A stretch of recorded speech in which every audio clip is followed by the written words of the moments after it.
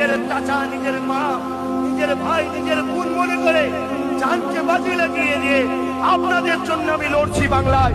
আপনাদের কথা বলতে গিয়ে কাস্তিয়াতে লাঠির আঘাত আমি খেয়েছি, আপনাদের কথা বলতে গিয়ে কাদা ছোড়া আমি খেয়েছি, আপনাদের কথা বলতে গিয়ে আমাকে বিজেপির দালাল শুনতে হচ্ছে, আপনাদের কথা বলতে গিয়ে আমার গাড়িকে অ্যাটাক করা হচ্ছে, আপনাদের কথা বলতে গিয়ে আমার জলসাই পাড়া দেওয়া হচ্ছে, আপনাদের কথা বলতে গিয়ে নানান সমস্যার সম্মুখীন হচ্ছি, আপনাদের কথা বলতে গিয়ে আমার বাড়ির লোক আমার দুশ্মন হয়ে গেছে।